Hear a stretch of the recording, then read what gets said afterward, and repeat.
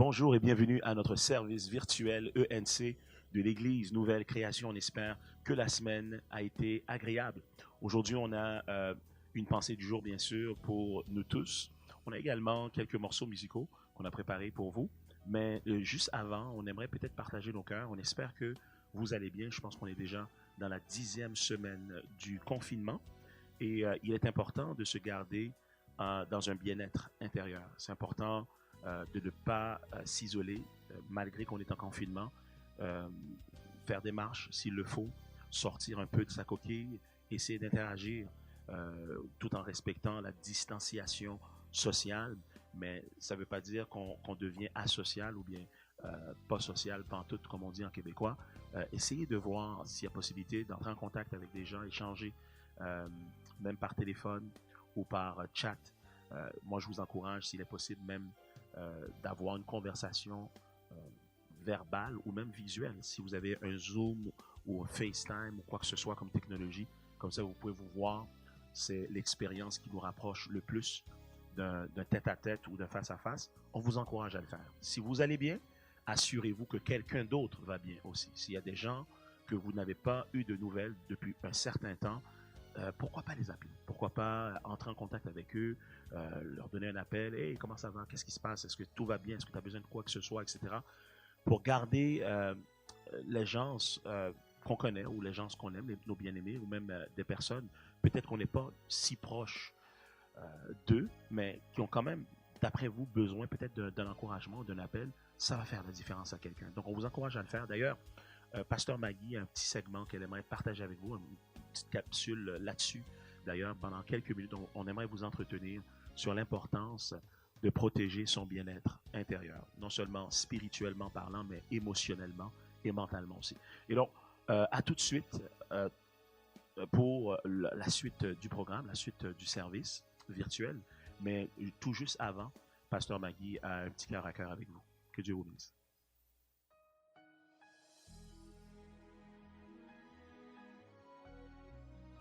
Alors, bonjour à tous nos auditeurs aujourd'hui. On a eu à cœur, pour certains, c'est la 9e semaine de confinement, pour d'autres, c'est la 10e. On a eu à cœur de vous partager quelques stratégies pour prendre soin de notre santé mentale. Pourquoi? Parce qu'on est dans un temps de confinement. Écoutez, la réalité, c'est que beaucoup de personnes présentement vivent dans l'insécurité par rapport à ce qui se passe. Il y a des finances qui sont en jeu. Il y a des gens qui perdent des êtres chers. Il y a des gens qui vont travailler avec beaucoup de stress. Et oui, ça peut affecter la santé mentale. Il y a des gens qui sont, en fait, la plupart d'entre nous, sinon tout le monde, nous sommes confinés à la maison. Et oui, ça peut avoir tout un impact sur notre santé mentale. J'aimerais débuter cette petite rubrique juste en faisant la distinction entre santé mentale et déficience intellectuelle, parce que beaucoup de gens bypassent la santé mentale parce que dans leur mentalité ou de leur façon de réfléchir, la santé mentale, c'est la même chose que la déficience intellectuelle, et on se dit non, ça va pas m'arriver. Surtout les chrétiens, on a tendance à se dire non, nous autres, on doit être forts, etc. Et on bypasse la santé mentale. Pourtant, c'est un aspect très, très important de notre personne qu'on doit prendre soin et quelquefois qui est négligé. La déficience intellectuelle, pour faire la différence entre les deux, la déficience intellectuelle, souvent, on peut l'avoir avant l'âge de 18 ans. C'est quelque chose qui est observable chez quelqu'un avant 18 ans. Souvent, les gens naissent avec ça. Quelquefois, c'est relié à une fièvre qu'on a eue quand on était jeune et ça a créé cette déficience intellectuelle qui fait en sorte que la personne a des difficultés au niveau de son autonomie, au niveau de ses apprentissages. Et donc, ça, c'est la déficience intellectuelle. Par contre, la santé mentale, ce qu'on doit comprendre, c'est que la santé mentale peut nous affecter tout le monde à n'importe quel âge de la vie. Et souvent, c'est créé par un trauma externe. Par exemple, vous vivez ce qu'on vit présentement, un confinement, ça peut avoir un impact sur votre mental qui fait en sorte que finalement vous devenez débalancé au niveau de votre santé mentale.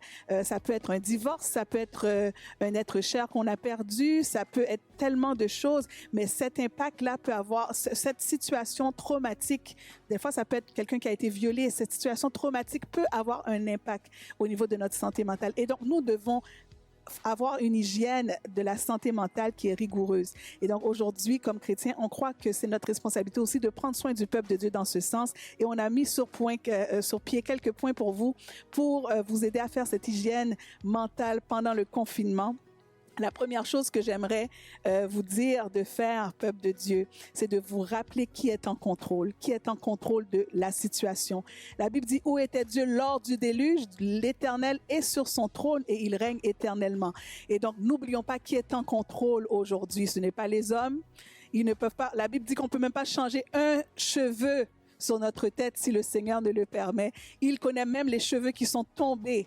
Un après l'autre, il les a numérotés. Donc, notre Dieu est en contrôle. Vous savez ce que David a déclaré dans 1 Samuel 17, 37, il dit « L'Éternel qui m'a délivré de la griffe du lion et de la patte de l'ours me délivrera aussi de la main de ce Philistin. » Autrement dit, David se rappelait qui était Dieu pour lui pour pouvoir faire face aux Philistins.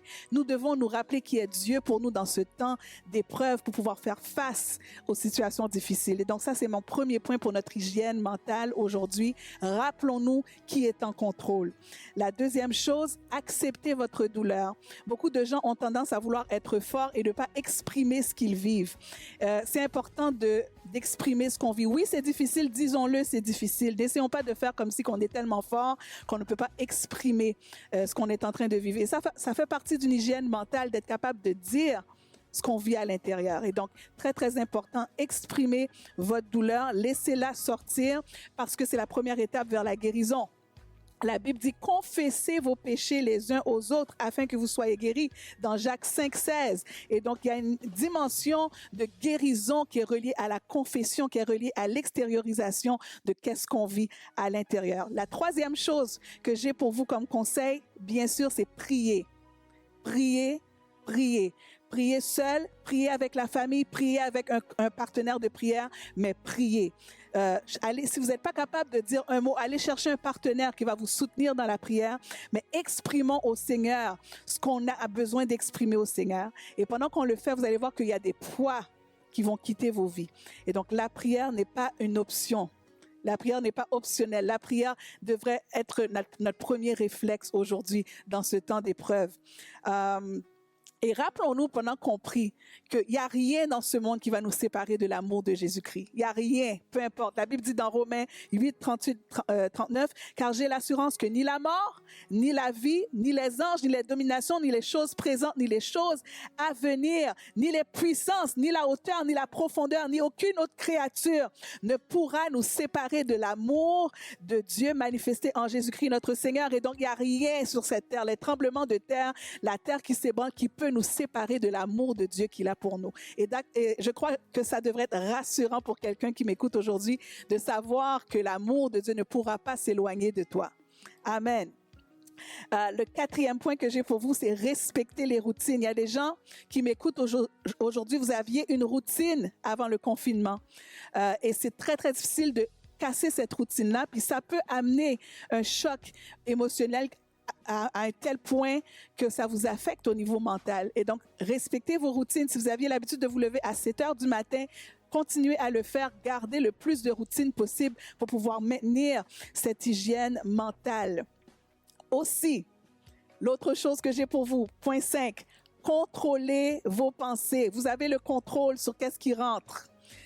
Que ce soit ce que l'ennemi voudrait injecter, vous avez le contrôle dessus. Vous êtes capable de dire non, je rejette cette pensée, j'accepte la pensée de Christ plutôt que cette pensée négative qui vient d'arriver. Et donc, pensons activement. J'ai souvent dit ça à l'Église. On a tendance quelquefois à baisser nos gardes au niveau mental et à ne plus penser activement. On pense passivement, ça veut dire que tout entre. Le diable injecte des pensées puis on les permet. Et en permettant ces pensées-là, on permet la négativité, on permet tu vas pas y arriver, toutes ces choses-là, on les permet et ça nous affaisse. Et donc, pensons activement, rejetons les pensées que l'ennemi veut injecter et recevons la vérité de la parole de Dieu. Remplaçons ces pensées par la vérité de la parole de Dieu. L'autre chose importante au niveau des pensées, contrôlez ce que vous écoutez dans les médias. Et donc, ne restez pas. Il y a des gens qui font les médias pendant 12 heures de temps durant la journée puisqu'ils sont confinés. Ils passent la journée devant les médias. Écoutez, prenez 10 minutes pendant le jour. Écoutez les médias pour 10 minutes. Ensuite, fermez les médias parce que vous allez déprimer si vous restez là à regarder toutes les mauvaises nouvelles constamment qui sont là. Et donc, contrôlez vos pensées par rapport à ça.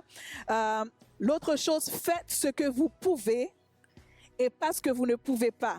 Il y a des gens qui se sentent mal s'ils ne sont pas capables de faire tout ce qu'ils auraient projeté faire dans une journée. Faites ce que vous pouvez, ce que vous ne pouvez pas, laissez-le entre les mains du Seigneur. Ça va tout le monde? Maintenant, vivez au présent. C'est mon point 7 pour vous. Vivez au présent. Assurez-vous que votre esprit est dans le présent. C'est sûr qu'on a tendance à aller, oh, c'est quoi que je vais manger demain? Oh, c'est quoi qui va se passer demain? Mais le Seigneur nous a exhortés, il nous a dit, même les oiseaux du ciel ne s'inquiètent pas pour qu'est-ce qu'ils vont manger demain. Vivons au temps présent. À chaque jour suffit sa peine. Vivons pour le moment présent. Et lorsque le stress veut venir, prenez des bonnes respirations. Là, je vous donne des trucs qui sont vraiment concrets. Prenez des bonnes respirations, littéralement. Prenez 3 grandes respirations, inspirez, expirez et laissez le Seigneur prendre contrôle de toutes les situations que de toute façon, vous ne pouvez pas contrôler. OK. Puis je voudrais même au niveau de ça, de vous lever quelquefois, puis de vous étirer. Prenez conscience de votre corps, étirez-vous, respirez. Et puis ensuite, remettez les choses entre les mains du Seigneur. Mon point 8 pour vous, n'ignorez pas votre santé physique. Vous avez une santé physique, vous avez encore un corps, vous êtes encore dans un corps. Donc, ce n'est pas parce qu'on est confiné qu'on doit ignorer notre corps. Je vais vous parler de moi personnellement. Avant le confinement, j'avais tendance à aller au YMCA, aller me faire de l'exercice au YMCA. Et depuis le confinement, oups, tout d'un coup, il n'y a plus de YMCA, donc il n'y a plus d'exercice non plus. Non! Il n'y a plus de YMCA, mais il y a le parc à côté. Donc, je peux aller au parc. Donc, depuis quelques temps, j'ai pris la résolution avec ma fille qu'on va aller marcher au parc. Et quelquefois, j'ai réalisé que je n'ai même pas envie de sortir pour aller au parc. Mais j'ai vu que mon corps avait tendance à refuser l'exercice parce que c'est plus facile de rester à la maison et de rester confiné puis de rien faire. Mais l'autre chose que je me suis dit, c'est que lorsque je n'ai pas envie d'aller au parc, je peux faire des squats. Il y a des choses que je peux faire à la maison si j'ai pas envie de sortir. Mais l'idée, c'est de prendre soin de notre corps physique. Ça va tout le monde? Et donc, prenez soin de vous, bougez à la maison. Aussi, quelquefois, au niveau de votre hygiène, on ne s'en rend pas compte, mais on est capable, sans s'en rendre compte, de faire une semaine avec les rideaux fermés. Ouvrez les rideaux. Laissez le soleil rentrer dans la maison. Si vous ne voulez pas sortir, ouvrez la fenêtre pour respirer. C'est des petites choses qui peuvent vous aider au niveau de votre hygiène mentale. Si vous êtes quelqu'un qui travaille à la maison et que vous êtes devant un écran d'ordinateur, il y a une règle qu'on appelle la règle 20-20-20. Ça veut dire que c'est 20 minutes d'ordinateur, 20, vous regardez à pas plus de, je pense que c'est, je pense que c'est 20 pieds de vous. 20 minutes d'ordinateur, on arrête, on regarde à 20 pieds de nous et ensuite, on regarde pendant 20 secondes et ensuite, on retourne à l'ordinateur. Vous ne pouvez pas rester devant l'ordinateur constamment. Et donc, prenez une pause de l'ordinateur aussi. L'autre chose qu'on a tendance à oublier par rapport à ce confinement, c'est qu'il y a des impacts financiers. Prenez soin des impacts financiers. Ça veut dire, prenez le temps d'appeler vos créanciers. Si vous savez que l'assurance ne passera pas, vous savez que l'auto, il y a un délai par rapport à mon paiement.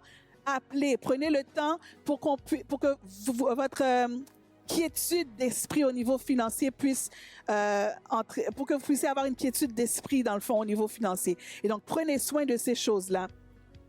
J'ai presque terminé. Je vous ai parlé de vous éloigner des réseaux sociaux. Bien sûr, méditez la parole de Dieu. Vous savez ce que la parole de Dieu nous dit dans Psaume 94 au verset 19? Ça nous dit « Quand les pensées s'agitent en foule au-dedans de moi, tes consolations réjouissent mon âme. » Et donc, lorsque les pensées veulent s'accumuler, le remède pour ces pensées-là, c'est la parole de Dieu. Et donc, méditons la parole de Dieu qui va nous faire du bien. Une des dernières choses que j'aimerais vous dire, c'est de tenir un journal pour ceux qui ont besoin d'exprimer certaines choses. Tenez un journal, écrivez dedans. Exprimez-vous sur votre journal pour votre hygiène mentale. Et sortez de la maison, allez au parc, marchez pour pouvoir garder cette hygiène mentale-là également. Appelez quelqu'un. Appelez quelqu'un. Ne restez pas confiné où vous êtes totalement isolé de tout le monde. Appelez quelqu'un. Faites un chat de conférence avec quelqu'un d'autre.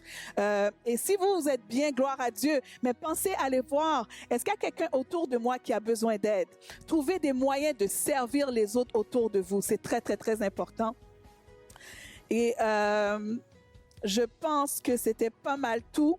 Je vous ai dit aussi de vous donner la permission de vous détendre et de ne rien faire. Vous avez le droit de rien faire. Vous avez le droit de rester en confinement et de rien faire. Quelquefois, on est hyperactif, puis on doit absolument, absolument faire quelque chose. Non, vous êtes dans un temps de confinement, profitez-en, dormez, reposez-vous.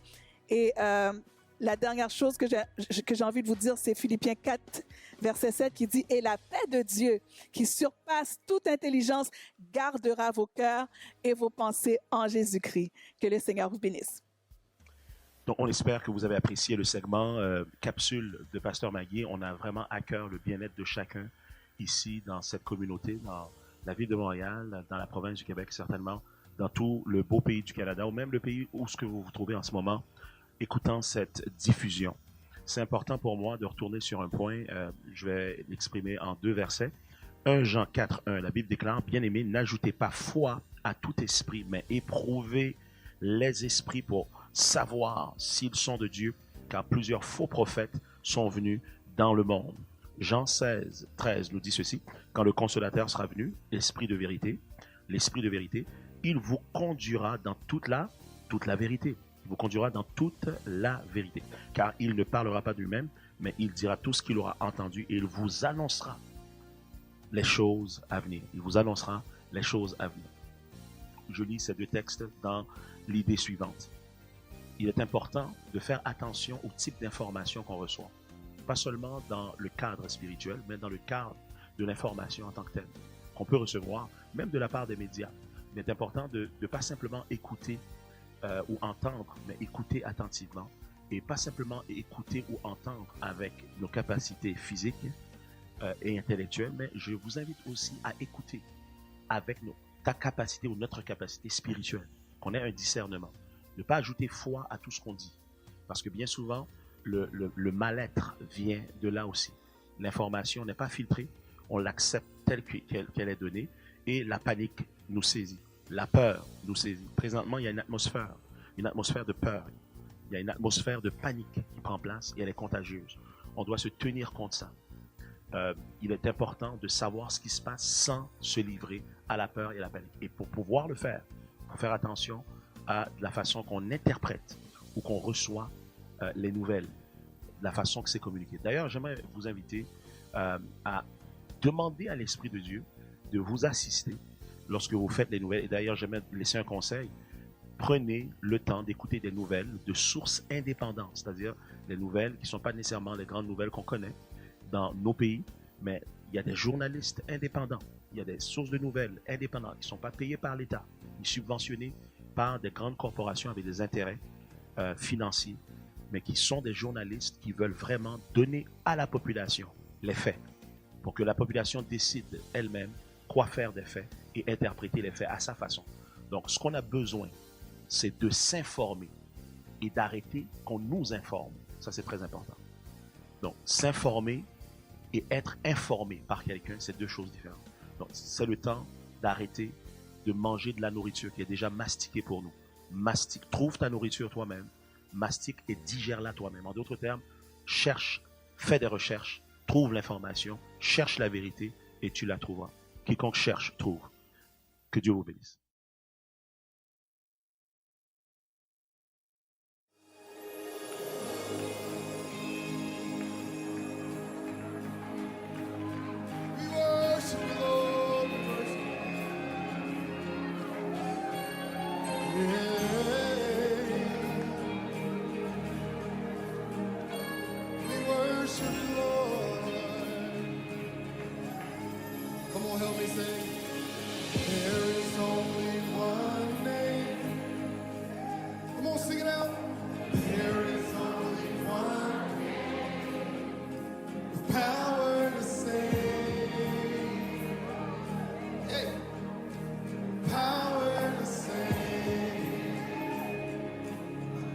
Sing it out again. There is only one name. There is only one name. Come on, lift up your voices. There is only one name. Power to save. Power to save.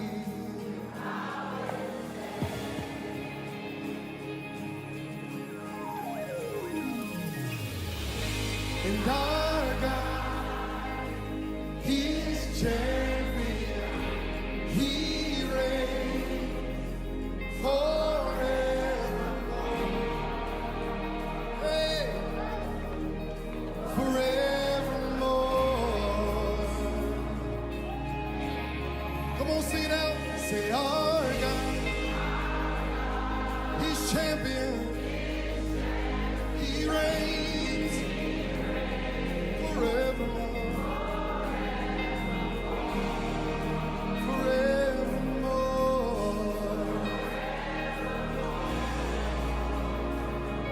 Say every knee will bow down, and every tongue will confess Jesus Christ, you are Lord. Come on, let's sing it out in this place. Say our God, He's champion. He reigns forevermore. Forevermore.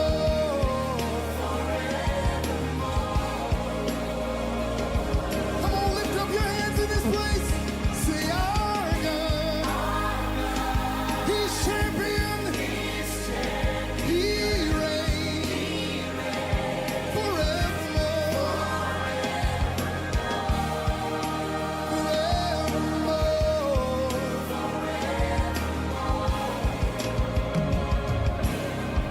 Come on, somebody open your mouths and worship the Lord in this place. Hey!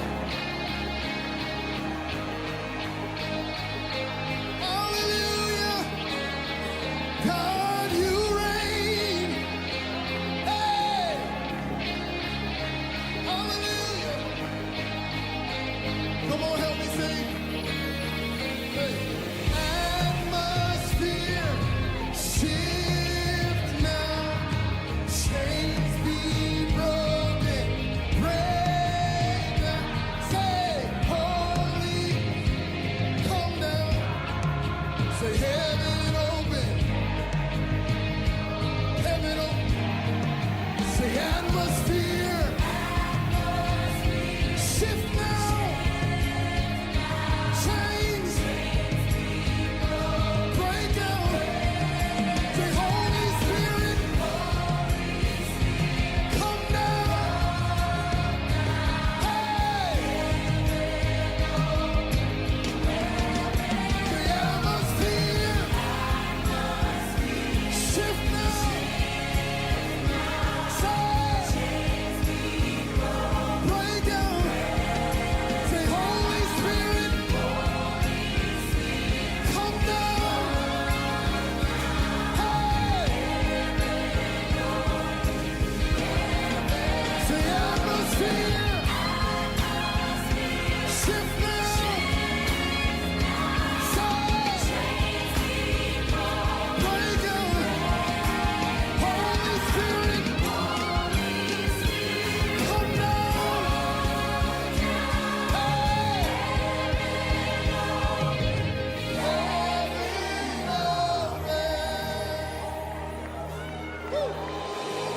God is champion. He reigns forevermore. Hey, forevermore. L'Église Nouvelle Création poursuit ses activités plus que jamais. Vous pouvez accéder à nos services sur notre page Facebook les mercredis à 19h et les dimanches matins à 10h. Notre service d'adoration du dimanche est aussi disponible au www.shekinahcentral.com. Des temps de prière enflammés prennent place au téléphone au 438-896-1102 du lundi au vendredi à 6h30 ainsi qu'à 11h en matinée. Pendant le confinement, nous sommes aussi en ligne les samedis dès 9h45.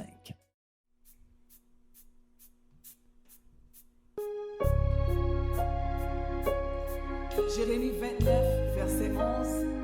Car je connais les projets que j'ai formés sur vous, dit l'Éternel, projet de paix et non de malheur, afin de vous donner un avenir et de l'espérance.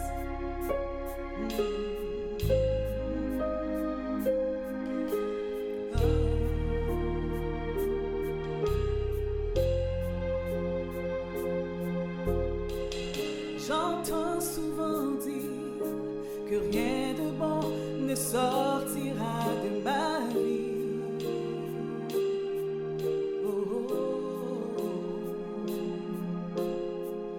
L'on m'a souvent dit que rien de beau ne sortira de ma vie.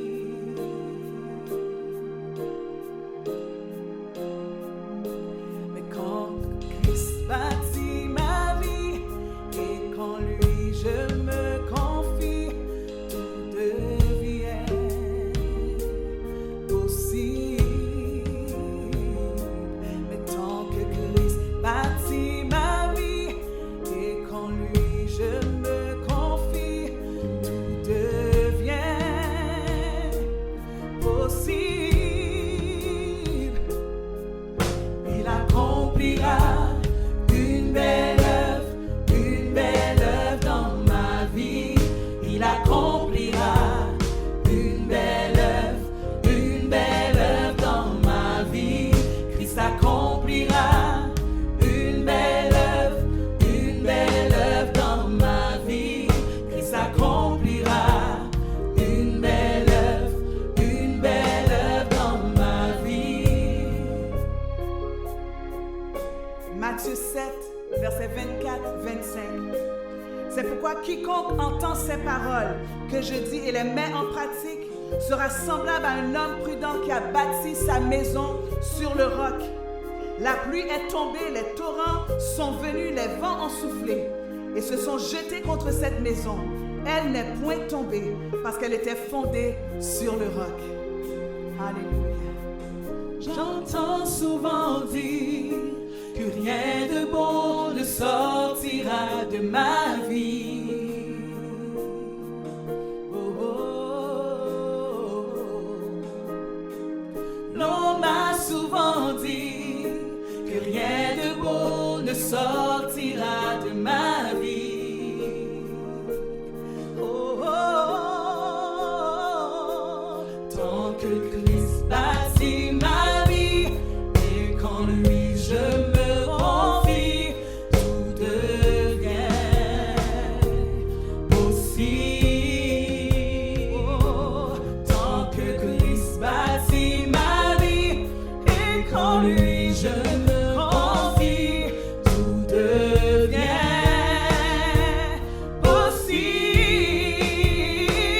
Oh, une belle œuvre dans ma vie. Il accomplira une belle œuvre dans ma vie. Christ accomplira une belle œuvre dans ma vie. Christ accomplira une belle œuvre dans ma vie. Christ fait toutes choses à merveille. Christ fait toutes choses à merveille. Car il fait toutes choses à merveille. Il fait toutes choses à merveille. Christ fait toutes choses à merveille. Christ fait toutes choses à merveille. Car il fait toutes choses à merveille. Alléluia. Il fait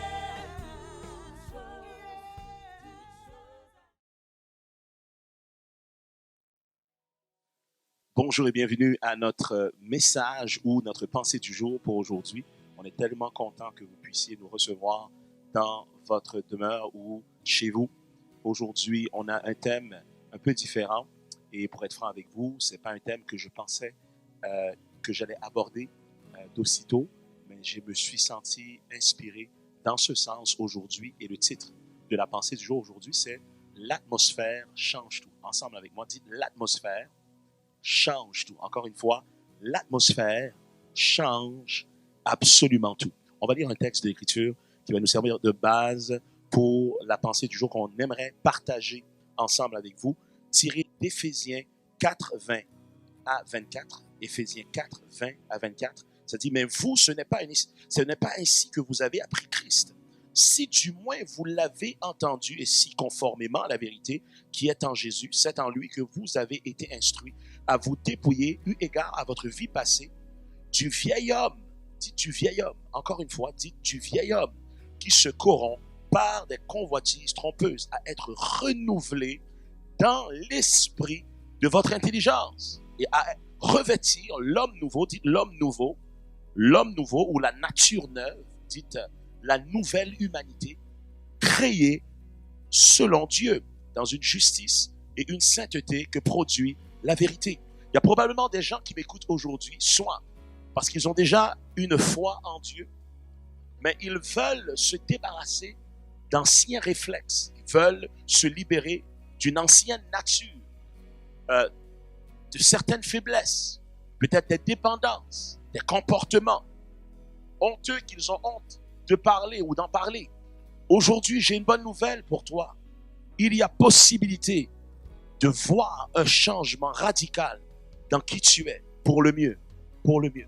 Il y a peut-être quelqu'un d'autre qui m'écoute aujourd'hui, et toi, tu n'as pas foi en Dieu, mais tu veux un changement dans ta vie. J'ai une bonne nouvelle pour toi aussi. Il y a possibilité d'un changement radical et absolument total, possible, pour le mieux, pour toi aujourd'hui. La Bible déclare, il dit, dans le verset 22, il dit, eu égard à votre vie passée du vieil homme qui se corrompt par des convoitises trompeuses à être renouvelé, c'est-à-dire repartir à neuf, redevenir neuf dans l'esprit de l'intelligence. Et donc la clé ici est l'intelligence, c'est d'être renouvelé dans la façon qu'on pense, la façon qu'on réfléchit, qui veut dire lorsqu'on arrive à avoir une transformation mentale, la transformation caractérielle s'ensuit. La Bible déclare que ce n'est pas seulement l'intelligence qui doit être renouvelée, mais l'esprit aussi de l'intelligence doit être renouvelé. Donc on parle, n'est-ce pas, non seulement du renouvellement de l'intelligence dans un autre verset des Écritures, mais ici dans ce verset, on parle de l'esprit de l'intelligence qui doit être renouvelé aussi. L'esprit est important. La Bible déclare, il dit, pour pouvoir revêtir l'homme nouveau. Donc, lorsqu'on renouvelle l'esprit de l'intelligence, dites l'esprit de l'intelligence, eh bien, on se dépouille de la vieille nature humaine et on épouse, on se revêt de la nature divine qui est créée selon l'image de qui Dieu est, selon Dieu. La Bible déclare, il dit à être revêtu de l'homme nouveau, créé selon Dieu, dans une justice et une sainteté que produit la vérité. Qui veut dire, lorsqu'on proclame la vérité, l'atmosphère ou l'esprit de l'intelligence change et permet à cette intelligence de connaître une métamorphose. Lorsque ce changement mental prend place à cause de la proclamation de la vérité de Dieu, eh bien, le changement de la nature du vieil homme à la nature de l'homme nouveau prend place. Dis Amen si tu as saisi ou si tu es d'accord. Premier point aujourd'hui. J'aimerais vous parler aujourd'hui d'un spectre. J'aimerais vous parler d'une entité qui existe. Certains ne croient pas qu'il existe, d'autres sans doute. D'autres encore sont convaincus de son existence. Je fais partie de ceux qui sont convaincus de son existence. Le mal existe aussi bien que le bien lui-même. Éphésiens 2, 1 à 2 nous dit ceci. Vous étiez morts par vos offenses et par vos péchés, dans lesquels vous marchiez autrefois selon le train de ce monde, selon le prince de la puissance de l'air, et l'esprit qui agit maintenant dans les fils de la rébellion. Et l'esprit qui agit maintenant dans les fils de la rébellion. J'aimerais vous parler du gouverneur illégal des atmosphères. Le gouverneur illégal des atmosphères. Il y a une entité, il y a une force, il y a une autorité qui existe. Et sa fonction, c'est de modeler, c'est de manipuler les atmosphères qui existent. Je vous donne un exemple. Lorsqu'on vient en présence de quelqu'un qui a un sourire, Même si on était morose, on a tendance à vouloir sourire parce que c'est comme contagieux. Pourquoi? Cette personne dégage une atmosphère de joie. Et donc, cette atmosphère de joie manifestée ou relâchée par cette personne souriante d'un caractère jovial vient affecter mon comportement et peut-être même mon humeur parce que son atmosphère affecte mon comportement. Et s'il y a quelque chose qui est important à comprendre, c'est que même si on veut un changement comportemental, si l'atmosphère n'est pas compatible au changement que je veux avoir dans ma vie, il sera difficile pour moi de changer de comportement. Je vous donne un exemple sur comment l'atmosphère, dites l'atmosphère, change tout. Dites ensemble avec moi, l'atmosphère affecte tout. Affecte tout. Qui veut dire, par exemple, lorsqu'on est en été et que la température commence à grimper, souvent, de l'hiver où ce qu'on était, on entre dans l'été, après le printemps, et au lieu de s'habiller et de s'emmailloter, n'est-ce pas, avec un manteau chaud, une belle tuque, n'est-ce pas, surtout ici au Québec, 3 paires de gants pour survivre et s'armer contre le froid du Québec, eh bien, lorsque l'été vient, il y a un changement d'atmosphère. Le changement de climat fait en sorte qu'il y a une transformation, un changement dans mon comportement. Automatiquement, à cause du climat qui a changé, de l'atmosphère qui a transitionné pour une atmosphère plus chaleureuse ou plus chaude, eh bien, tout d'un coup, le comportement de plusieurs change. On commence à enlever des couches. On commence à enlever, n'est-ce pas, des couches de vêtements. On commence à enlever des chandails. On commence à enlever les manteaux. On commence à enlever les paires de bottes, les gants. Pourquoi? Parce que l'atmosphère amène une influence sur le comportement. Le contraire est vrai. Si on est de l'été et qu'il commence à faire froid, tout d'un coup, on commence à rechercher les chandails, on recherche la tuque ou le foulard. Pourquoi? Parce que l'atmosphère affecte tout. Dites, l'atmosphère affecte toute chose. Et donc, la clé d'un changement, c'est de trouver la bonne atmosphère. Si on a la bonne atmosphère, ça change. Par exemple, quelqu'un qui veut sortir de la déprime parce qu'il est constamment déprimé, mais il reste toujours dans son appartement, n'est-ce pas, les stores sont fermés, les rideaux sont, n'est-ce pas, barricadés, et la personne est à l'intérieur de son appartement dans le noir. Elle veut sortir de la déprime, mais elle est dans le noir. L'atmosphère de noirceur la garde dans un comportement et un état d'âme qui est dépressif ou déprimé. Pourquoi? Parce que même si elle veut sortir de sa déprime, elle n'a pas changé son atmosphère. J'ai dit, elle n'a pas changé son atmosphère. Pour pouvoir changer, il faut affecter et identifier l'atmosphère à être transformée. Dis Amen, Amen si tu es là avec moi. Et donc la Bible déclare qu'il y a un régisseur, il y a une autorité. La Bible parle de lui comme étant le prince de la puissance de l'air. Beaucoup de croyants pensent que ça fait référence au fait que Satan ou le diable ou Belzébub ou Baphomet, il porte plusieurs noms à travers les âges. Le serpent ancien, le dragon et j'en passe. Pan est un autre nom qu'il porte et j'en passe. Le seigneur des mouches. Il y a tellement d'appellations pour cette entité qu'on appelle Satan, le diable ou Shaitan. Cette entité a une fonction, c'est d'être le prince de l'air ou le prince de l'atmosphère. Ça ne parle pas du fait qu'il est dans le ciel.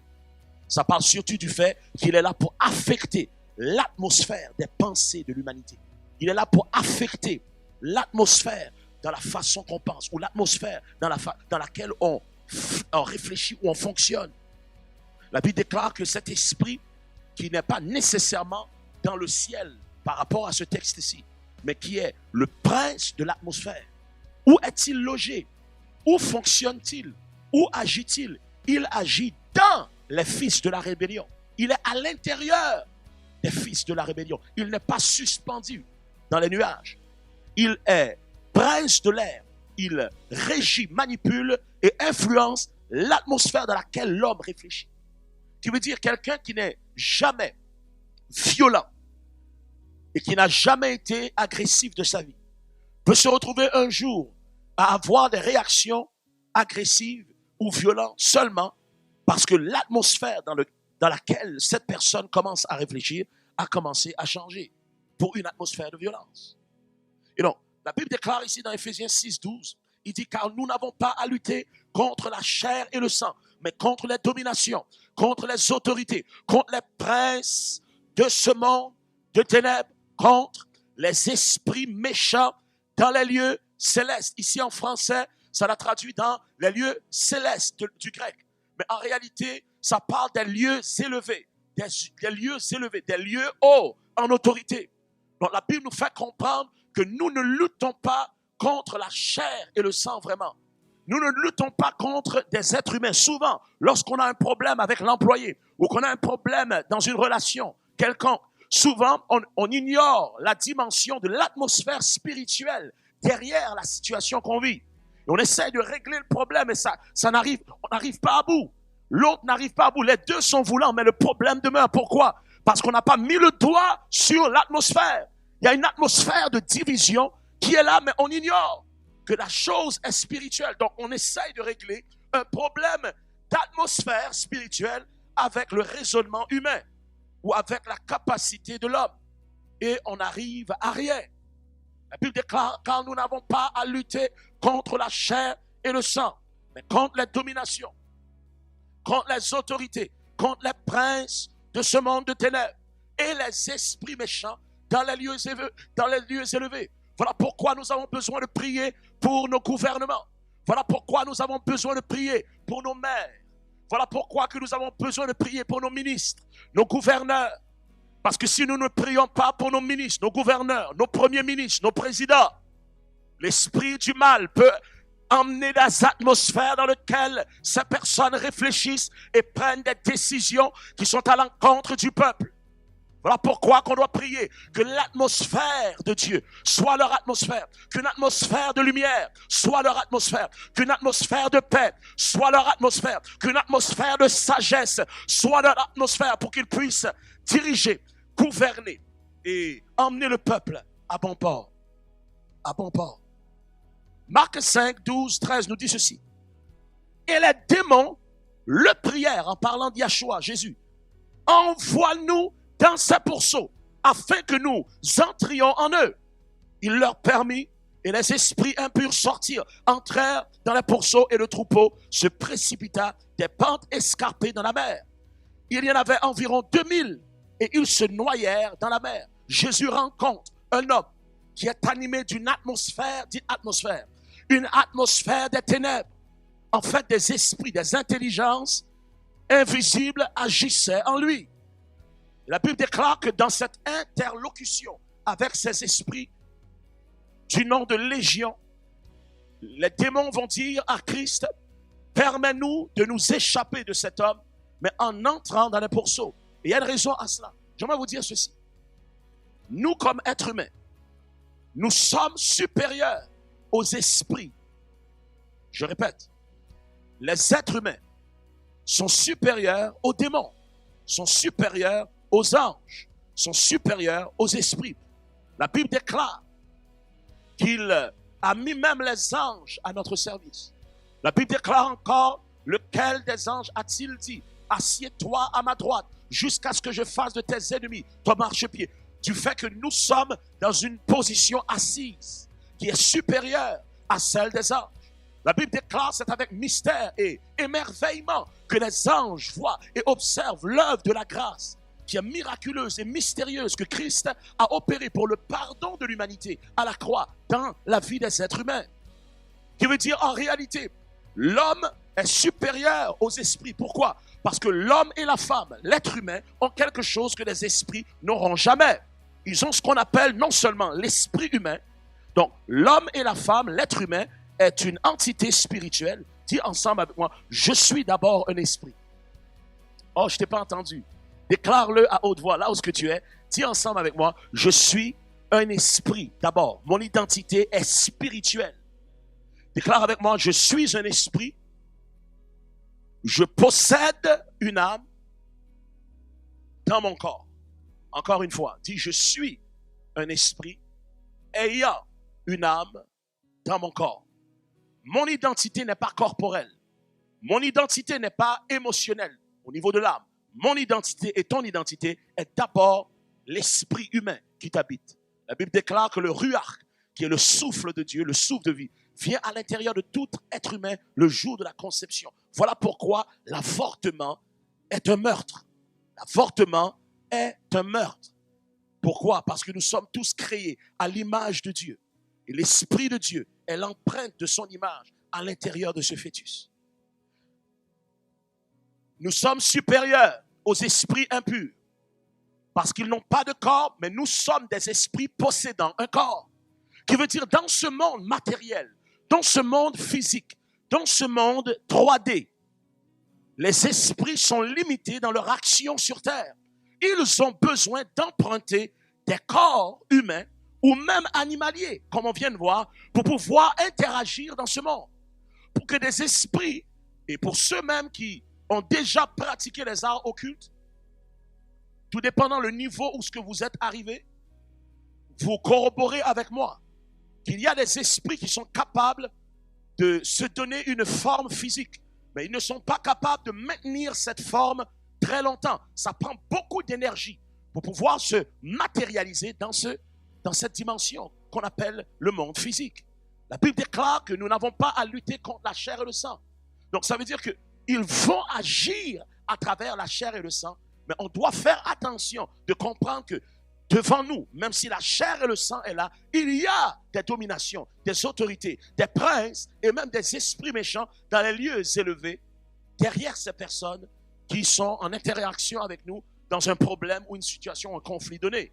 Donc ça prend de l'énergie. Ils ne peuvent pas maintenir leur forme physique dans ce monde longtemps. Donc ils ont besoin de passer à travers la pensée et la mentalité d'une femme, d'un homme ou même des animaux. Donc, ils sont limités. Donc, il veut dire, sans nous, ils ne peuvent rien ici, dans ce monde. Ils appartiennent à un autre monde, qui est un monde invisible. Est-ce qu'il y a quelqu'un qui m'entend ici, ce matin ou cet après-midi? Et donc, la seule façon qu'ils ont été capables d'emmener leur activité de façon à vivre sur terre, sans passer par l'homme ou à travers l'homme ou une femme, c'est à travers cette descendance qu'on appelle les Néphilim. Le temps nous manque pour aller en profondeur dans Genèse chapitre 6. La Bible nous explique que des anges ont copulé avec des femmes de la terre. Et une race illicite est née sur terre. C'est une race qui est physiquement née. Et elle avait un problème qu'on appelle le gigantisme. Les cellules n'arrêtaient pas de se reproduire. C'est des hommes et des femmes qui atteignaient des tailles énormes, titanesques. Et aujourd'hui, en archéologie, on découvre un peu partout sur terre. Allez le voir dans YouTube. On découvre partout sur terre des ossatures immenses, surréelles. Eh bien, la Bible nous parle de ces gens. Allons voir ce que la Bible déclare dans Genèse chapitre 6, verset 4. Les géants étaient sur la terre en ces temps-là, après que les fils de l'homme furent venus vers les filles des hommes et qu'elles leur eurent donné des enfants. Ce sont ces héros qui furent fameux dans l'Antiquité. La Bible déclare de ces Néphilim, la Bible déclare dans le verset 4 encore, mais cette fois-ci dans la version anglaise. There were giants in the earth in those days, and also after that, and also after that. Encore une fois, and also after that, qui veut dire même après cette période du déluge, où ce que cette race a été détruite, il y en a eu encore après le déluge. C'est ce que le texte est en train de dire. Goliath, cette fameuse histoire du géant Goliath contre David, vient de cette progéniture, cette espèce de symbiose ou cette espèce, n'est-ce pas, de race hybride, angélique et humaine. La Bible nous parle comment les Philistins viennent de cette race. Ils avaient une taille titanesque et ils étaient cannibales en essence parce qu'ils avaient besoin de constante énergie pour pouvoir survivre. Et donc, c'est important de comprendre que lorsque l'esprit humain ou l'esprit humain est influencé par l'esprit du mal, il y a activité démoniaque à ce moment-là. Les esprits mauvais ne peuvent pas agir légalement dans ce monde ou facilement. Ils ont besoin de qu'est-ce qu'on appelle des portails. Dites des portails, dites des fenêtres. Des fenêtres d'opportunité, des portails, des accès du monde spirituel, dites du monde spirituel au monde physique, ou du monde de l'invisible ou métaphysique au monde physique. Ils ont besoin de fenêtres. Et voilà pourquoi la Bible déclare que nous ne devons pas leur donner des portails. Il y a différentes façons d'ouvrir des portails pour que l'ennemi rentre et affecte notre monde négativement, affecte nos atmosphères négativement. affecte l'atmosphère des nations négativement. Venir affecter l'atmosphère de nos villes négativement. Par exemple, ici au Québec, je ne serais pas surpris qu'il y a une atmosphère de suicide parce que le taux de dépression, de découragement et de suicide est très élevé comparativement à d'autres secteurs du monde. C'est une atmosphère. J'ai dit, c'est une atmosphère qui pousse les gens dans un comportement autodestructeur. Donc, le portail peut s'ouvrir. Ceux qui pratiquent l'occultisme font des rituels parfois pour que les esprits puissent passer de l'autre monde à ce monde-ci. Mais la Bible déclare aussi qu'ils peuvent passer à travers nous si nous devenons des portails pour ces atmosphères. Regardons ensemble ce que la Bible déclare dans Éphésiens 4, verset 27. Et ne donnez pas accès au diable. Ne lui donnez pas un portail. Ne lui donnez pas une fenêtre. Ne lui donnez pas un accès dans ce monde. Qu'il soit confiné dans l'autre monde. Mais qu'il ne vienne pas nous ennuyer dans ce monde-ci. Point 2. J'aimerais vous parler du fait que ce gouverneur des atmosphères, ce prince de la puissance de l'air, ce prince de l'autorité qui gouverne les atmosphères de l'homme et de la femme, cet ennemi a été vaincu. J'ai dit, l'ennemi est déjà vaincu. Ensemble, un ennemi déjà vaincu. La Bible déclare dans Ecclésiaste 3, 11, et je lis. Il a fait toutes choses bonnes en son temps. Même, il a mis dans leur cœur la pensée de l'éternité. Bien que l'homme ne puisse pas saisir l'œuvre de Dieu, fait du commencement jusqu'à la fin. En anglais, c'est intéressant, ça va comme suit. Ecclesiastes 3:11. He hath made everything beautiful in his time. Also, he has set the world in their heart, so that no man can find out the work that God maketh from the beginning to the end. From the beginning to the end. The Bible says that he's placed the world in their heart. Il a placé quoi? La Bible déclare que le mot hébreu, c'est le mot olam, qui veut dire Dieu a placé non seulement la pensée de l'éternité dans le cœur de l'homme, il a placé le monde de cette pensée dans son cœur. Qui veut dire, le texte est en train de dire que Dieu a placé dans l'homme le monde de l'éternité, qui est le domaine de la pensée. Qui est le domaine de la pensée. Je répète. De la façon que Dieu crée l'homme, il crée l'homme de façon à ce qu'il place en lui un univers, un monde dans son esprit qu'on appelle le monde éternel ou le monde de l'éternité. En d'autres termes, le monde spirituel. Et la Bible déclare que ce mot olam parle de pensée, qui veut dire le monde spirituel n'existe pas à l'extérieur de l'homme, mais bien à l'intérieur de chaque homme. Le monde, l'univers spirituel existe en fait spécifiquement dans la localisation de sa réflexion, dans la façon qu'il réfléchit, dans la façon qu'il pense, se trouve cet univers, ce monde de l'éternité. Le mot diabolo est un mot intéressant. Le mot diabolo nous donne le mot diable. Diabolo, c'est dia, qui parle en grec de canal, de tuyau pour transmettre, et bolo parle de lancer avec force.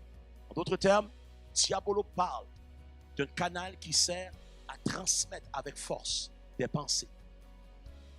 Qui veut dire, le rôle du diable, du régisseur des airs, c'est de changer notre atmosphère en traduisant, en interprétant le monde à sa façon à l'intérieur de nous. Qui veut dire, on peut voir quelqu'un d'une façon, et si Diabolo nous donne une pensée négative sur cette personne, eh bien, on va interpréter ce qu'elle nous dit de façon tordue. Et on va commencer à avoir des sentiments négatifs auprès de cette personne parce qu'il y a une pensée qui nous a envahi. Oui, cette personne est une hypocrite. Cette personne n'est pas franche avec toi. Et on n'a aucune preuve.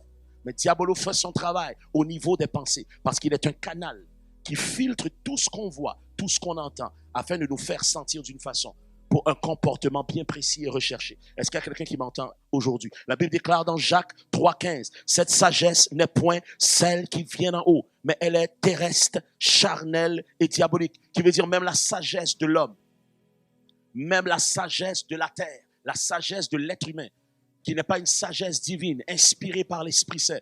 Cette sagesse n'a aucun autre choix que d'être livrée sous la gouvernance du prince de la puissance des airs. La Bible déclare que tout ce qui est charnel dans la mentalité, dans la façon de penser, eh bien, pense et réfléchit de façon parallèle comme le diable lui-même. Diabolo, dites diabolo.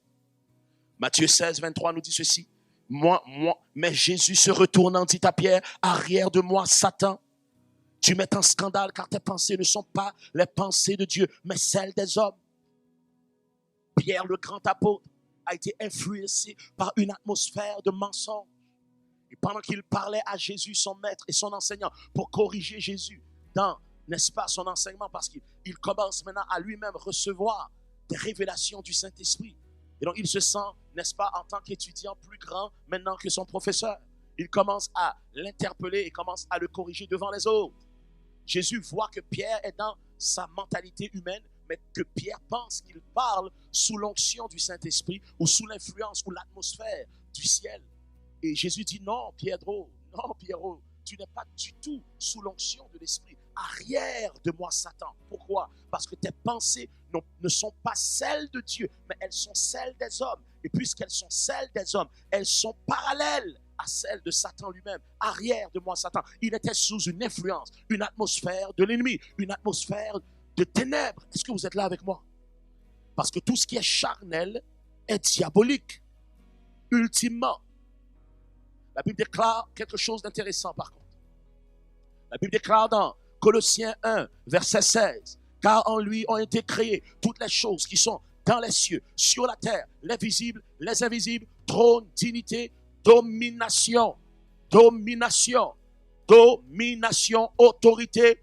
Tout a été créé par lui et pour lui, par lui et pour lui. Le temps nous manque aujourd'hui d'entrer dans un enseignement pour expliquer et vous prouver bibliquement que même les dominations que nous combattons dans ce monde spirituel, les autorités, les esprits mauvais, il est très difficile pour nous dans le temps restreint d'enseigner en profondeur. Mais la Bible nous dit clairement, noir sur blanc, même ces choses-là ont été créées par Christ et pour Christ parce qu'il a un but. Il a un but. Il y a quelque chose qu'il recherche par rapport à tout ça. La Bible déclare dans Proverbes 16, 4, étant un Dieu immortel et nous mortels, ne voyant pas la fin dès le départ comme lui le voit. Dieu a la capacité de voir la fin avant le début de toute chose ou de n'importe qui. La Bible déclare qu'il ne pense pas comme nous. Il dit, mes pensées ne sont pas vos pensées et mes voix sont au-dessus de vos voix supérieures à vos façons de faire. Il dit dans la Bible, Proverbe 16, 4, l'Éternel a tout fait pour un but, même le méchant pour le jour du malheur. L'Éternel a tout fait pour un but, même le méchant pour le jour du malheur. Ésaïe 45, 6 à 8 nous dit ceci. C'est afin qu'on sache du soleil levant jusqu'à son couchant que hors moi, il n'y a point de Dieu. Je suis l'Éternel, il n'y en a point d'autre. Je forme la lumière et je crée les ténèbres. Je donne la prospérité et je crée l'adversité. Moi, l'Éternel, je fais toutes ces choses. Qui dira qu'une chose arrive sans que l'Éternel l'ait ordonné? N'est-ce pas de l'Éternel que viennent les maux et les biens? La Bible déclare. La Bible déclare également dans Luc 10, 17, 19. Et j'ai une bonne nouvelle pour nous. La Bible déclare les 70 revinrent avec joie, les 70 disciples, disant, Seigneur, les démons même nous sont soumis en ton nom. Jésus leur dit, je voyais Satan tomber du ciel comme un éclair. Voici, je vous ai donné le pouvoir de marcher sur les serpents et les scorpions et sur toute la puissance de l'ennemi. Et rien ne pourra vous nuire. Et rien ne pourra vous nuire. Et rien ne pourra vous nuire. La Bible déclare, lorsque les disciples ont commencé à libérer ceux qui étaient oppressés sous des atmosphères de ténèbres, ceux qui voulaient se tuer, ceux qui se mutilaient, ceux qui se faisaient du mal, ceux qui avaient de la misère à avancer dans la vie, ils étaient dans une prison spirituelle que personne ne pouvait comprendre. Mais eux, ils savaient la réalité dans laquelle ils étaient. La Bible déclare que les disciples ont invoqué le nom de Yahshua. Et cette ténèbre, cette atmosphère ténébreuse quittait les gens, les esprits quittaient, les démons quittaient les corps. Et ils étaient surpris du résultat. Ils vont dire, Seigneur, même les démons nous sont soumis en ton nom. Et Jésus dit, oui, pendant que vous le faisiez physiquement sur terre, auprès des hommes sur terre, moi en esprit, j'ai vu que pendant même que vous chassiez les démons, le diable piquait une débarque rapidement comme l'éclair. Qui veut dire, Satan tombait du ciel à chaque fois que mon nom était invoqué. Combien savent que lorsque le nom de Yahshua est invoqué, le diable ne peut pas rester sur le trône et régner contre toi. Il tombe à chaque fois que le nom de Yahshua est prononcé. J'ai dit, il prend une débarque à chaque fois que le nom de Jésus est proclamé. Je déclare qu'il tombe comme un éclair. Même aujourd'hui, dans cette émission, dans ce service virtuel, si tu es sous une oppression de découragement, une oppression de maladie, une oppression contre tes finances, dans le nom de Yahshua, nous déclarons que nous marchons sur les serpents, nous marchons sur les scorpions et contre toute la puissance de l'ennemi, et rien ne pourra te nuire à partir d'aujourd'hui. Je le déclare dans le nom suprême de Yahshua, Jésus de Nazareth. Mets tes mains ensemble, acclame celui qui est roi des rois, Seigneur des seigneurs, Alpha et Oméga, commencement et fin. Dis Amen bien fort si tu es là. La Bible déclare une chose remarquable. Il ne dit pas, je vous donnerai le pouvoir. Le mot pouvoir ici, c'est le mot exousia ou exousia, qui parle du droit d'exercer la puissance ou la force contre l'ennemi. Le droit de l'exercer. Tous ceux qui croient en Christ Jésus comme leur sauveur pour le pardon de leurs péchés et comme leur Seigneur, comme leader de leur vie, reçoivent l'autorité pour briser les atmosphères négatives hors de leur vie, briser les atmosphères ténébreuses hors de leur existence, chasser toute forme d'oppression hors de leur mentalité. Nous avons reçu ce droit d'exercer cette force. Qu'importe qui tu es, la Bible déclare, voici les miracles, Marc 16, à partir du verset 17, voici les miracles qui accompagneront ceux qui auront cru. En mon nom, ils chasseront des démons. Qui veut dire, ce n'est pas seulement les pasteurs ou les prêtres qui font de l'exorcisme. Ce n'est pas seulement les pasteurs et les prêtres qui sont capables de chasser les démons. Si tu crois en Jésus, le démon doit quitter ta vie. L'esprit du mal doit quitter ton foyer. L'atmosphère de division doit quitter ton existence et tes relations dans le nom de Yahshua. La Bible déclare, et je poursuis, dans Jean 12, 31, 33, on est en train de parler d'un ennemi qui est déjà défait. Maintenant a lieu le jugement de ce monde, nous a dit Jésus. Ça, c'est avant même qu'il fût crucifié. Maintenant, le prince de ce monde sera jeté au dehors. Il sera quoi? Jeté dehors. Dehors d'où? Dehors de ce monde physique. Qui veut dire, même avant que Jésus ressuscite, le diable a été jugé. Il a été jugé et confiné hors de ce monde physique. Écoutez-moi bien, il est limité. La Bible déclare, quand j'aurai été élevé de la terre, dit Yahshua, Jésus-Christ, j'attirerai tous les hommes à moi. En parlant ainsi, il indiquait de quelle mort il devait mourir. La Bible déclare dans Colossiens 2, 14, 15, il a effacé l'acte dont les ordonnances nous condamnaient et qui subsistait contre nous en le clouant à la croix. Il a dépouillé les dominations et les autorités et il les a livrées publiquement en spectacle, en triomphant d'elles par la croix. Le diable, ses dominations et ses autorités n'ont pas été vaincus après la résurrection, mais pendant même la crucifixion, ils ont été battus à plat de couture par Christ lui-même. Jésus a triomphé d'eux publiquement. La Bible déclare qu'ils ont été dépouillés de leur rang, désarmés de leur rang d'autorité. En ce qui concerne l'Église, en ce qui concerne le croyant en Jésus-Christ. Oh, pour le monde, ils n'ont pas encore vaincu ce combat contre lui. Mais pour l'Église, pour l'Ecclésia, ce combat est déjà gagné. Nous avons le titre de champion du monde à travers Christ qui a vaincu la puissance de l'enfer, la mort, le péché, Satan, les dominations, les autorités, les esprits méchants, tout ce jour-là, pendant même qu'il était suspendu sur la croix, qui veut dire même avant la résurrection, le diable est vaincu. Déclare avec moi, Satan est vaincu. Déclare avec moi, le régisseur des atmosphères est vaincu. Déclare un peu plus fort. Dis, le prince de la puissance de l'air est tombé et a été jeté hors de ce monde en ce qui concerne l'Église. Dis Amen, Amen, si tu es là avec moi. La Bible déclare ceci, j'ai presque terminé. Ses disciples lui firent cette question, Rabbi, qui a péché, cet homme ou ses parents, pour qu'il soit aveugle? Jésus répondit, ce n'est pas lui ou ses parents qui est péché, mais c'est afin que les œuvres de Dieu soient manifestées en lui. C'est afin que les œuvres de Dieu soient manifestées en lui. Il y a des gens qui se disent, mais peut-être la malédiction générationnelle ou de ma lignée ou de mes ancêtres a un impact négatif dans ma vie. J'aimerais te dire que si tu as accepté Christ comme Sauveur et Seigneur, ces choses-là n'ont pas le droit de continuer à t'affecter aujourd'hui. Qu'importe si ces choses t'empêchent de te marier ou t'empêchent d'avoir du succès dans la carrière que tu es appelé à réussir dedans. Cette chose te combat au niveau des finances. Tu économises, il y a toujours quelque chose qui se passe. Tu mets de l'argent de côté, tu perds l'argent. Tu investis l'argent, tu fais un mauvais investissement, tu fais un mauvais investissement, tu recommences, tu tombes et tu chutes, tu n'arrives jamais, c'est comme un sac percé. J'aimerais te déclarer, il y a quelque chose de spirituel qui est là, mais je déclare dans le nom de Yahshua, si tu joins ta foi avec la mienne, cette chose, cette atmosphère va te quitter. Parce que si l'atmosphère change, tout va changer. Dis Amen, Amen et Amen. Dis Hallelujah.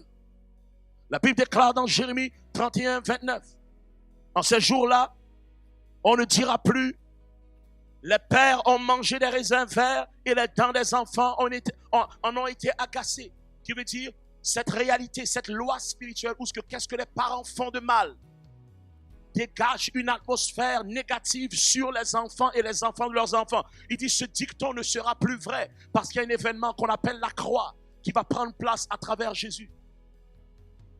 Lorsque cet événement prend place, cette loi sera abolie. Psaume 144, 1 nous dit ceci. Béni soit l'Éternel, mon rocher, qui enseigne mes mains ou qui exerce mes mains pour le combat et mes doigts à la bataille. Le diable a été créé, les dominations ont été créées comme des punching bags afin d'exercer notre esprit pour savoir comment les vaincre plus efficacement. C'est comme quelqu'un qui est champion du monde, mais il s'exerce encore sur un ennemi déjà vaincu. Dis Amen, Amen et Amen. La Bible déclare dans Matthieu 8, 16, il dit le soir, on amena auprès de Jésus plusieurs démoniaques. Et il chassa les esprits par sa parole. Il chassa quoi? Les esprits par sa parole. Il déclara sa parole et chassa les esprits et il guérit tous les malades. Je vous donne un exemple qui m'a beaucoup marqué au niveau des atmosphères. Dites des atmosphères. Un exemple qui m'a beaucoup marqué au niveau des atmosphères, c'est celui d'une expérience qu'ils firent il y a quelques temps de ça. Dans un laboratoire, ils ont mis 2 plantes d'une même nature, de même sol. Et une plante a été exposée à de la musique classique. Elle a été nourrie normalement, a été arrosée, abreuvée, autant que l'autre plante. Savez-vous que dans l'autre compartiment, il se trouvait le même type de plante, même type de nutrition, abreuvée, arrosé, exposé à la lumière du jour, etc., etc. Et savez-vous que on a exposé dans cette chambre de la musique rock, heavy metal. Les 2 plantes, malgré leur nutrition, n'ont pas abouti de la même façon. Une plante a continué à pousser, celle qui était exposée à de la musique classique. Et l'autre plante, qui était exposée à la musique rock, est morte. On a vu cette plante se déchoir et mourir parce que le son affecte l'atmosphère. Le son change et affecte nos atmosphères. À quel son tu t'exposes? À quel genre de langage tu t'exposes? À quel genre de musique que tu t'exposes? À quel genre d'environnement que tu t'exposes? Les sons que tu entends, les sons qui t'environnent affectent ton atmosphère. Tu veux changer ta vie, change ton atmosphère. Change ton atmosphère. Le son change l'atmosphère. Jean 8, 32, Christ déclare ceci. Vous connaîtrez la vérité et la vérité vous affranchira. La vérité vous rendra libre. Vous connaîtrez la vérité et la vérité cause une atmosphère et un état d'âme et d'esprit qu'on appelle liberté. Dites liberté. Lorsque la vérité est manifestée et révélée. La liberté devient notre réalité en termes d'atmosphère. La vérité vient avec son atmosphère. J'ai dit, la vérité vient avec son atmosphère. Et cette atmosphère, c'est la liberté. La liberté. La liberté. Que veut dire lorsque la vérité de la parole de Dieu est proclamée, tout ce qui était lié, tout ce qui était emprisonnement, tout ce qui était oppression, chaîne, doit te lâcher. Parce que la vérité vient avec son atmosphère pour libérer tout ce qui était oppressé et lié. Dis amen, amen et amen, si tu le crois. La Bible déclare là où est l'esprit du Seigneur, là est la liberté. Parce que l'esprit du Seigneur est une atmosphère qui libère. Dis amen, amen et amen. La Bible déclare que le mot affranchi, dit affranchi, veut dire être libéré de toute obligation ou de dette. Il dit, vous connaîtrez la personne de la vérité. Parce que la vérité n'est pas une doctrine, elle est une personne.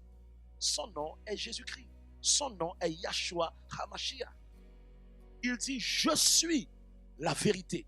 Il dit, je suis le chemin. Je suis la vie. Il dit, je suis le chemin, la vérité et la vie. Nul ne vient au Père que par moi. La Bible déclare lorsqu'on rencontre Yahshua, cette vérité, il nous affranchit. Il ne fait pas simplement nous libérer de nos problèmes. Il efface nos dettes qu'on avait envers Dieu. Qui veut dire tous les péchés que nous avons commis. Il les efface. Toutes les erreurs qui nous rendaient passibles d'une punition éternelle, il les efface. Toute oppression qui avait le droit légal de nous attaquer à cause de ce qu'on avait fait ou à cause de ce que nos ancêtres ou nos parents avaient fait, il les efface. Il nous affranchit. Vous connaîtrez la vérité. Et la vérité ne fera pas simplement que vous libérer de vos liens. Elle va effacer la dette que vous aviez envers Dieu. Dis amen, amen et amen. L'acte et les ordonnances qui subsistaient contre nous, il l'a cloué à la croix. Il dit, la Bible déclare, il dit, il a exposé publiquement les dominations et les autorités, les a exposées, les livrant publiquement en spectacle en triomphant d'elles par la croix. Pourquoi? Parce que l'acte et les ordonnances contre nous, dans les annales de l'histoire, tout ce qu'on avait fait de mal a été annulé. Dis amen, amen et amen, si tu le reçois dans ta propre vie. Donc affranchir signifie libérer de toute obligation ou de dette face à un ancien maître. Je dis face à un ancien maître. Il nous a rendus capables d'être ministres d'une nouvelle alliance. Voilà pourquoi aujourd'hui je ne parle pas en tant qu'orateur. Je viens vers vous en tant que ministre pour vous administrer, vous transmettre, vous partager mon atmosphère de liberté, mon atmosphère en Christ, mon atmosphère de joie, mon atmosphère de paix qui ne vient pas de moi, mais qui vient de celui qui vit en moi, qui est Christ Yahshua, qui est Christ Jésus. Il est réel, je vous assure.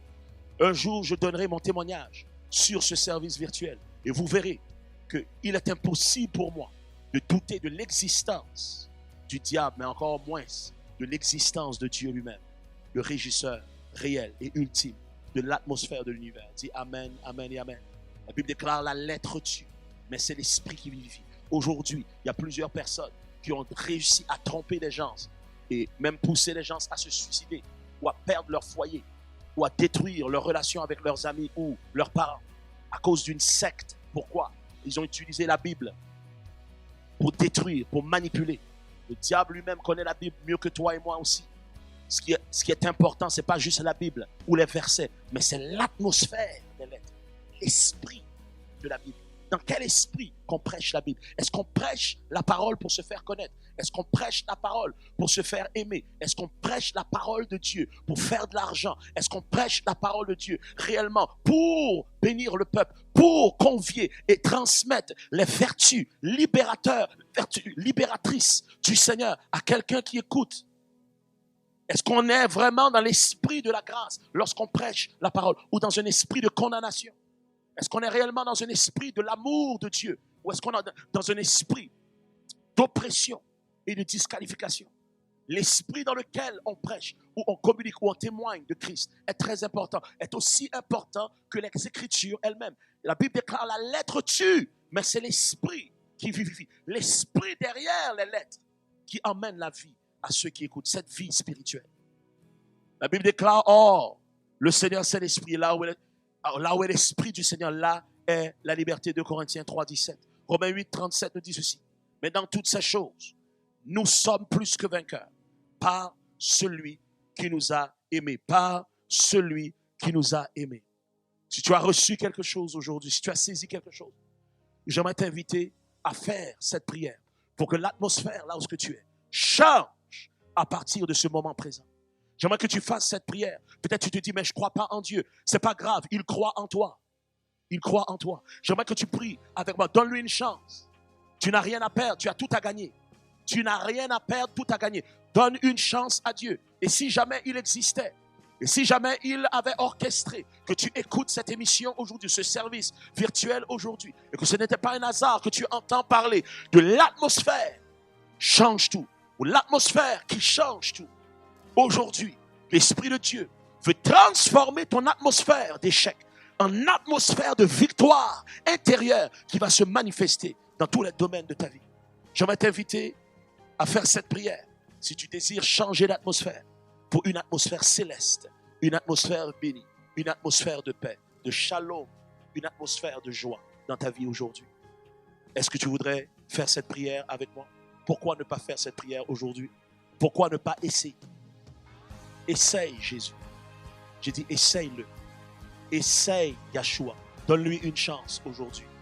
Et toi peut-être qui étais dans l'église, qui a été blessé par l'église, déçu par les hommes, j'aimerais que tu puisses vraiment emmener une distinction entre ceux qui se disent représentants de Dieu et Dieu lui-même.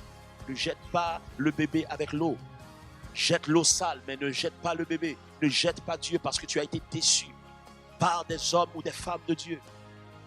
Si tu as été déçu, mets ce cœur devant Dieu et dis, Seigneur, je veux me rebrancher à toi. Je ne veux pas laisser des gens qui ont fonctionné sous une atmosphère négative affecter mon atmosphère de joie.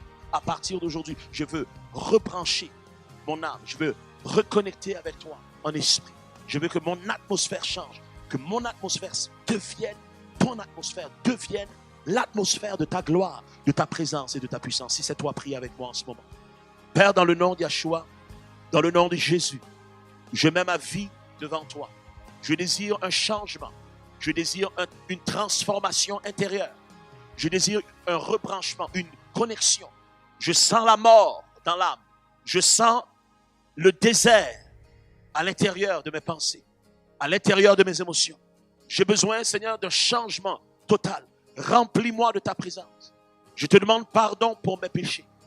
Je crois, répète-le ensemble à haute voix avec moi. Dis, je crois que tu es mort sur la croix pour le pardon de mes péchés. Je crois que tu as payé le prix de l'enfer à ma place. Je t'accepte comme sauveur et Seigneur. Je crois que tu es Dieu incarné dans la chair, que tu, à travers Jésus, t'es manifesté pour sauver l'humanité. Je crois en toi pour faire de toi le roi et le leader de ma vie. Dirige-moi. Je renonce à l'atmosphère du passé. Je renonce à mon ancienne vie. Je désire marcher dans une nouvelle atmosphère, une atmosphère fraîche de ta présence, de ton esprit, de ta joie. Que je ne sois plus jamais pareil. Enseigne-moi tes voies et que ma vie reflète ton royaume. Que ma vie reflète ta réalité. Que ma vie reflète ta sagesse. Que ma vie reflète ton amour et que je puisse toucher des vies. Transformer des réalités autour de moi. Au nom puissant de Yahshua. À partir d'aujourd'hui, que ma vie change et que mon atmosphère change au nom de Yahshua. Si tu as fait cette prière, c'est la plus belle décision que tu pourrais faire de ta vie. Nous te félicitons et nous t'encourageons vivement à nous en faire part. Savoir qu'est-ce que Jésus-Christ a fait dans ta vie aujourd'hui, savoir qu'est-ce que Yahshua a opéré dans ton cœur. N'oubliez pas, l'atmosphère change tout. À la prochaine.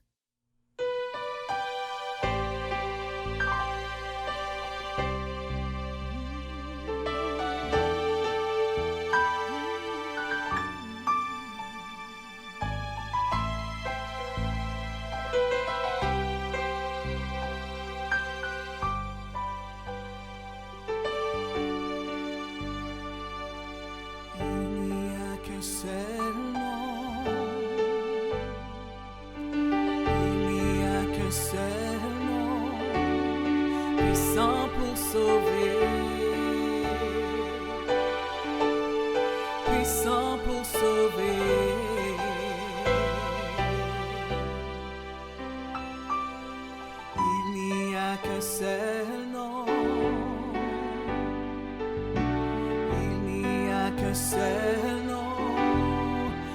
puissant pour sauver, puissant pour sauver.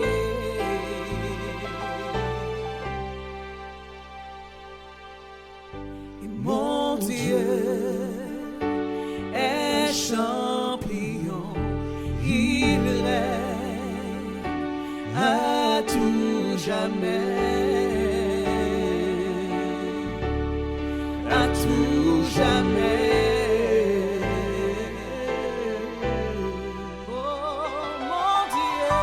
Mon Dieu est champion, il règne à tout jamais, à tout jamais.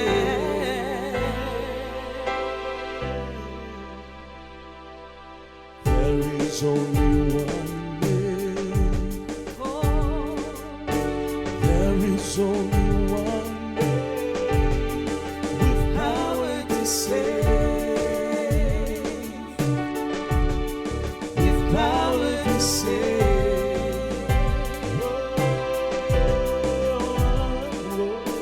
There is only one name. There is only one name, power to save. Power to save.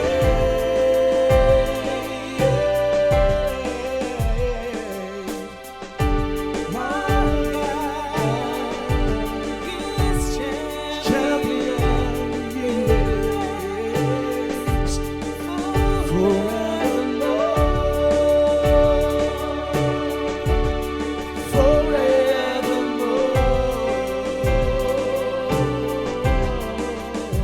and our God He's champion, He reigns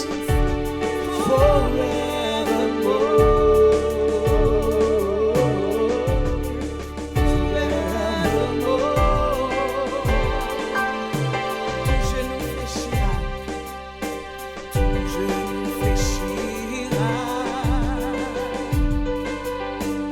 toute langue confessera que Jésus-Christ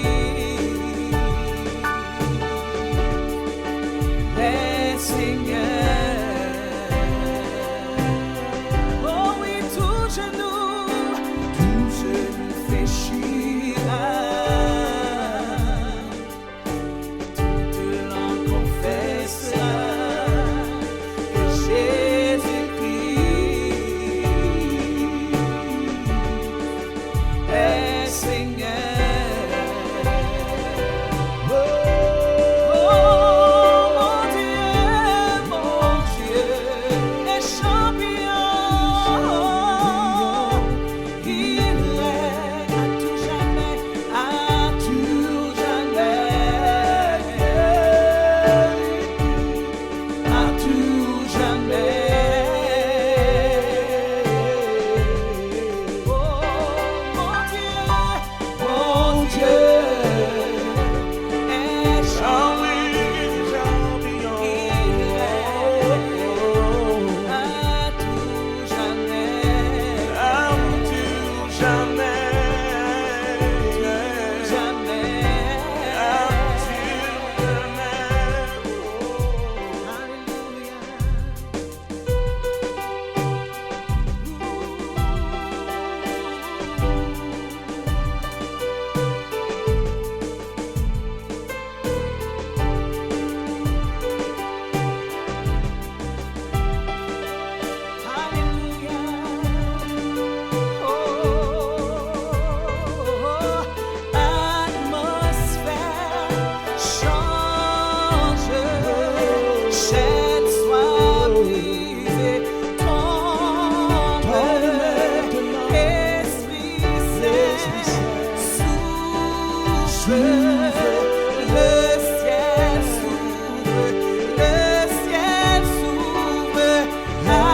l'atmosphère change, chaîne soit brisée, tombe,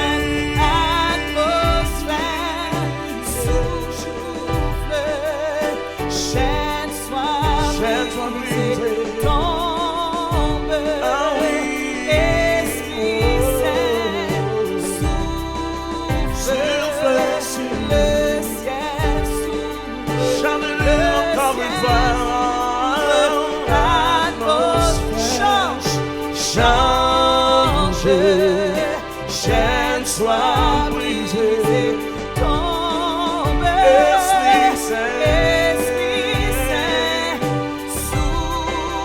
souffle sur moi,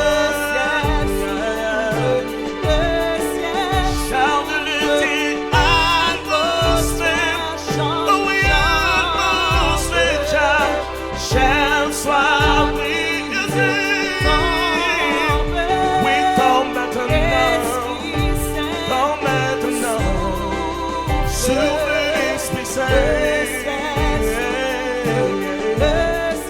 Encore une dernière fois, atmosphère change, chaîne soit brisée, tombe sur ton peuple, tombe, Esprit Saint, oui, Esprit Saint, oh,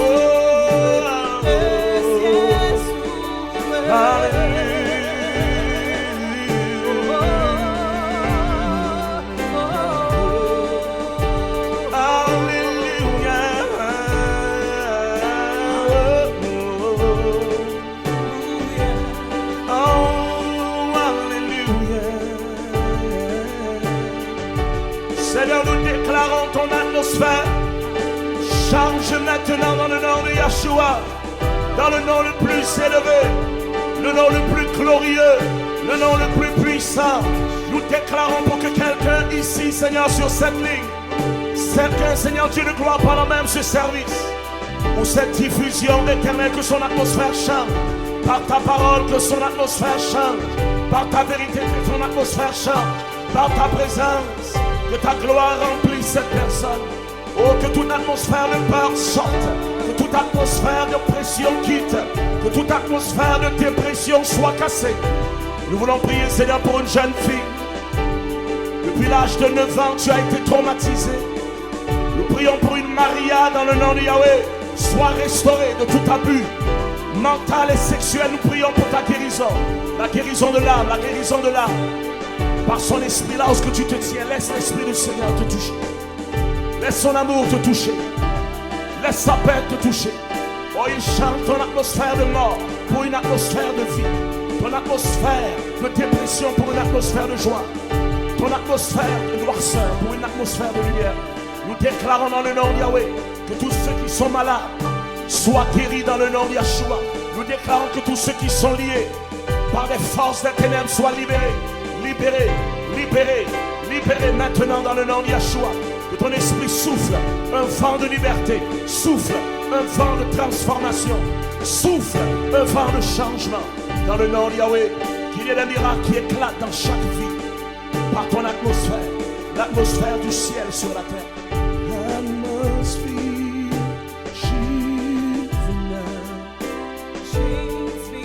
chains broken.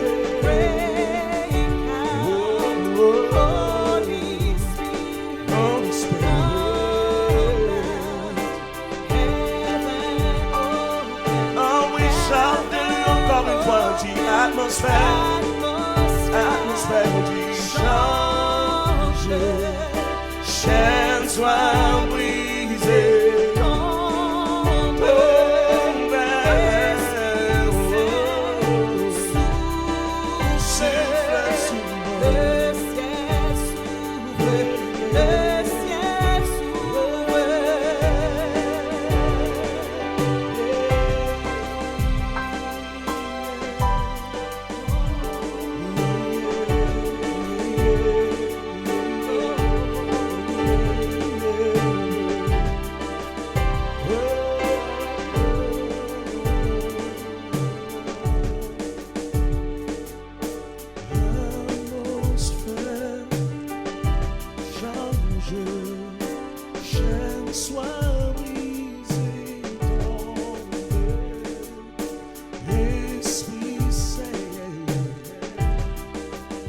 Souffle sur moi.